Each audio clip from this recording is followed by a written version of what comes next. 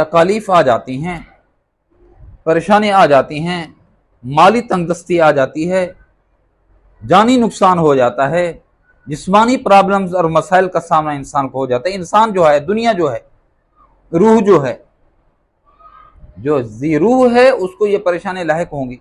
और जो दुनिया के अंदर रह रहा है, दुनिया कोई जन्नत तो नहीं है, ये दुनिया है मेरे दोस्तों।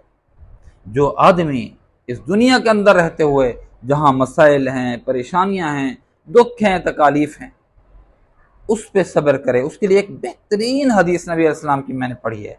ये मारिफुल हदीस में दूसरी जल्द सफ़ा 301 पर यह हदीस दर्ज है। नबी अलैहिस्सलाम के साहबी हजरत अब्दुल्लाह इब्न अब्बास रज़ी अल्लाह ताला अन्हु इस हदीस के रावी हैं। कमाल हदीस, मुसीबतों में घिरे हुए सब लोग हैं। हजरत अब्दुल्लाह इब्न अब्बास रज़ी अल्लाह ताला अन्हु कहते हैं कि नबी करीम सल्लल्लाहु अलैहि वसल्लम ने फरमाया, जिस शख्स को जानी या माली मुसीबत का सामना हो और लोगों के सामने उसका इजहार ना करे,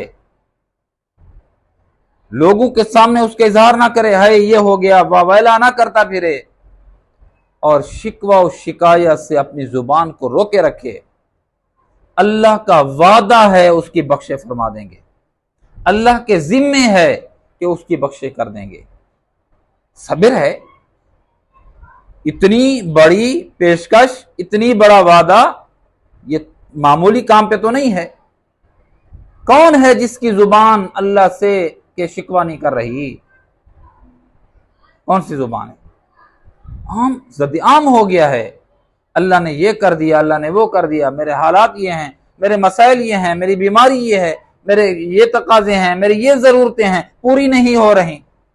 भाई सब्र कर लो, सब्र कर लो, जुबान को शिकवे से रोक लो, जन्नत तुम्हारा मुकद्दर हो जाएगा।